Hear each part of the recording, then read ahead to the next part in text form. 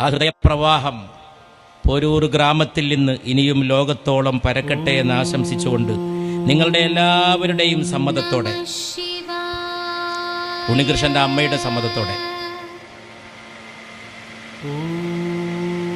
ഉണ്ണികൃഷ്ണന്റെ അമ്മയുടെ സമ്മതത്തോടെ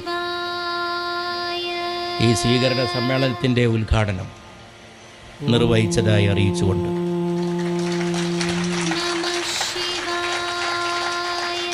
അപ്പം ഞാനൊരു ശ്ലോകം ഓർക്കുന്നു. അമ്മയുടെ നിര്യാണവേളയിൽ മകൻ അമ്മയുടെ മുമ്പിലെത്തി. ഒരു വലിയ മകൻ, ശങ്കരൻകുട്ടിയുടെ പേരുള്ള ഒരു വലിയ മലയാളി,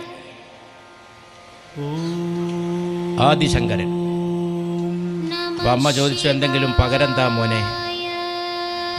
മകൻ പറഞ്ഞു, എന്ത് പകരം നൽകാനാ അമ്മേ?